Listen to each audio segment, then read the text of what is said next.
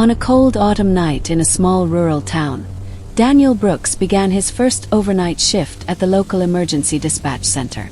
The building was old, built sometime in the 1960s, and most of the staff said it had a strange feeling after midnight. Daniel laughed it off.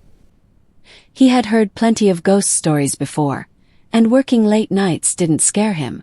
The dispatch room was quiet except for the low humming of computers, and the occasional crackle of radio chatter from patrol cars outside. Around 1:30 a.m., the town seemed completely asleep. Daniel sipped his coffee and watched the glowing screens in front of him. Suddenly the emergency phone rang. The sound was sharp and unexpected in the silent room. He quickly answered with the standard greeting, but no one spoke. All he could hear was faint breathing.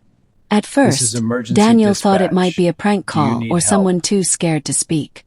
"Hello, this is emergency dispatch. Do you need help?" he asked. "Only." The breathing continued for a few seconds.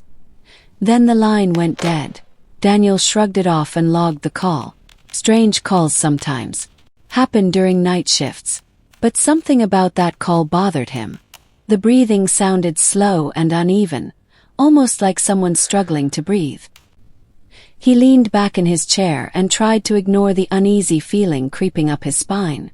Outside the window, the empty parking lot was dimly lit by flickering streetlights. The silence of the building seemed heavier now. About 20 minutes later, the phone rang again.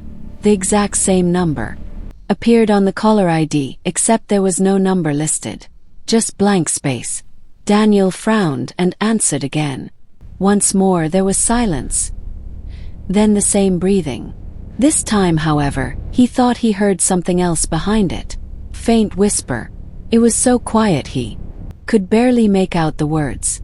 He turned up the volume on the headset, leaning closer to the console. That's when he clearly heard a shaky voice whisper three chilling words. "He's behind you." Daniel's heart skipped a beat when he heard the whisper. Instinctively, he spun around in his chair. The dispatch room was empty. Just rows of silent desks and dark computer screens reflecting the dim lights above. No one was standing behind him. He forced a nervous laugh and spoke into the phone again. "Hello, who is this? Are you safe?" The line stayed open for several seconds, but the breathing stopped. Then the call abruptly ended again. Daniel stared at the screen, feeling more unsettled than before. He told. Then the call abruptly ended again. Daniel stared at the screen, feeling more unsettled than before. He told himself it had to be someone messing with him. Maybe a teenager trying to scare the new guy on night shift. Still, the whisper echoed in his mind. He stood up and walked around the room just to make sure he was alone. The hallway outside was empty too. The building felt strangely colder now, even though the heater was running. When he returned to his desk, he checked the call log. What he saw made his stomach tighten. The call hadn't come from an outside number at all. According to the system, the call had originated inside the building. Daniel frowned in confusion. That wasn't possible. There were only 2 active phone stations in the dispatch center, and he was sitting at one of them. The other desk had been unused for months. Slowly, he looked across the room at the dark station on the opposite side.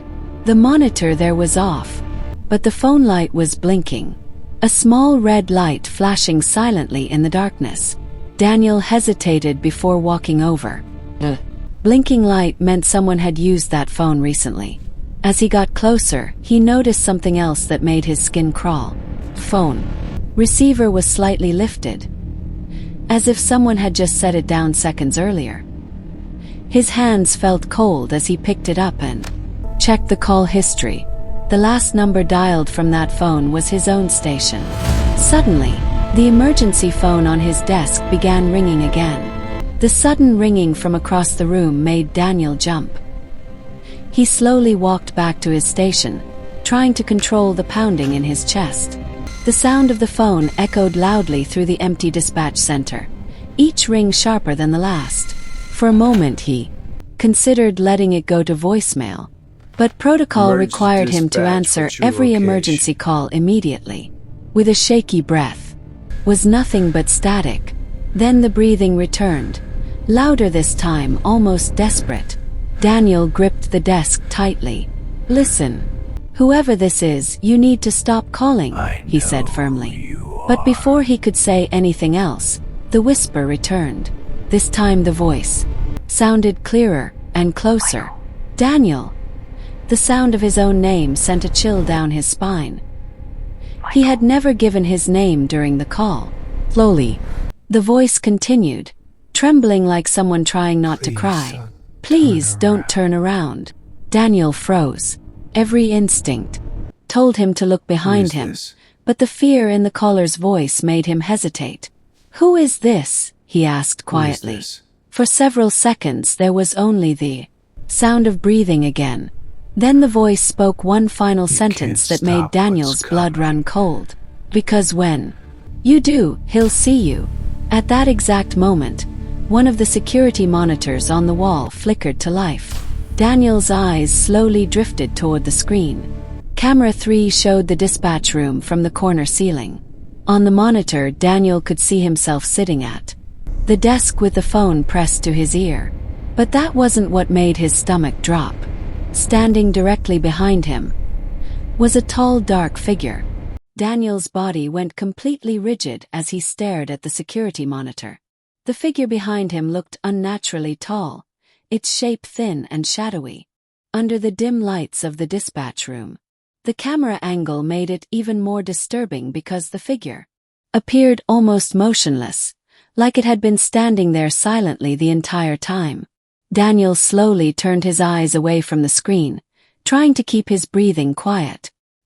His heart pounded so loudly in his ears that he could barely hear the voice on the phone anymore.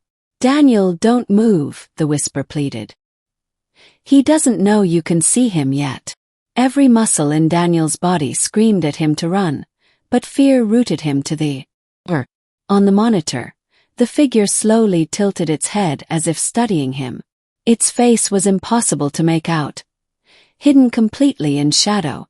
Yet something about its posture felt wrong, almost unnatural, like its limbs were slightly too long. Daniel tried to speak, but his voice caught in his throat. What is that?" he finally whispered into it. Slightly closer to Daniel's chair. Its head bent at an unnatural angle, as if listening to his conversation. Daniel felt the coldest sensation crawling down his spine, the horrible realization that the whispering voice might not be calling from somewhere else. It might be coming from the past, or from someone who was already dead. Before Daniel could react, the dispatch room lights suddenly went out. The building was plunged into darkness except for the faint glow of the security monitors. Daniel's breath caught in his throat as the screen continued displaying the same camera view. The tall figure was still behind him, but now it was closer, much closer. On the monitor, Daniel watched the shadow slowly raise one long arm toward his shoulder. His hands trembled as he clutched the phone. "What do I do?" he whispered desperately. The voice on the line sounded weaker now, fading in and out through the static. "Listen carefully," it said. "When I worked there, I answered a call just like you did. I turned around, and that's when it saw me." Daniel squeezed his eyes shut, trying not to look back. But the urge to check was unbearable. Slowly, against his better judgment, he turned his head just slightly. The room behind him looked empty in the darkness. For a brief moment, relief washed over him. Maybe the camera had glitched. Maybe the whole thing was some kind of prank. But then the security monitor flickered again. Daniel's eyes darted back to the screen, and his blood ran cold. The chair behind him was now empty. But the shadowy figure was no longer there. Instead, it was standing directly in front of him. The screen showed it, towering over his desk, its long arms reaching forward. Daniel slowly lifted his eyes from the monitor to the darkness in front of him. In the faint glow of the computer screens, he finally saw it. A tall shape with hollow darkness where a face should be, staring directly at him. The phone in Daniel's hand crackled one last time before the voice whispered a final warning. "It's too late now. It knows you can see it." Then the line went dead. The next morning, when the day shift arrived at the dispatch center, they found Daniel's desk empty. His chair was knocked over, and the emergency phone was hanging off the receiver. Security footage showed Daniel answering a call at 2:14 a.m., then suddenly standing up and walking calmly out of the room. The strangest part: as he left the dispatch center, the camera recorded him talking to someone walking beside him. But on the footage there was no one there.